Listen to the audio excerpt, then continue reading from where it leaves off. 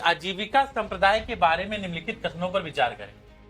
पहला लिखा है कि मखाली गोशाला इसके महत्वपूर्ण नेता थे। दर्शन का केंद्रीय विचार नियति था, जो भाग्य है। जाति और वर्ग के आधार पर भेदभाव किया जाता था।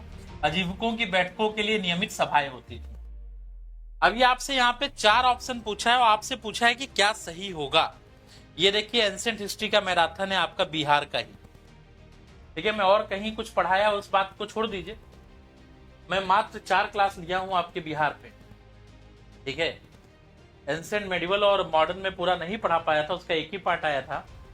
क्लियर है। वहां से भी कितने क्वेश्चन आए मैं आपको बताता हूं। अब देखिए यहाँ लिखा हुआ है मक्खली पुत्र गोसाल आजीवक महावीर के समकालीन, देखिए नियतिवाद भाग्यवाद, ठीक है। श्रावस्ती में इनका केंद्र था। सब कुछ भाग्य के द्वारा निर्धारित। क्लियर।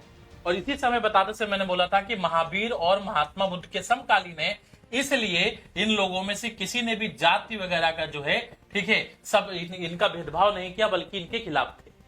इसने जहां भी पढ़ाया होगा, कुछ भी पढ़ाया होगा, सबका फंसा होगा। क्योंकि पेपर जो है, कुछ क्वेश्चन इकोनॉमी के टफ थे, लेकिन पेपर जो है ओवरऑल जो है आपको यहाँ पे आसान मिलेगा। तो अब अगर आप इसका आंसर लगाइए तो पहला भी सही है, दूसरा सही है। जाति और वर्ग के आधार पर भेदभाव किया नहीं बेटा, क्योंकि ये वो आंदोलन थे जो जातिगत भेदभाव के खिलाफ में महावीर स्वामी गौतम बुद्ध के समय, जैन और बौद्ध धर्म के समय उत्पन्न हुए थे। तो ये तो होगा नहीं। आजीविकों की बैठकों के लिए नियमित सभाएं होती थी।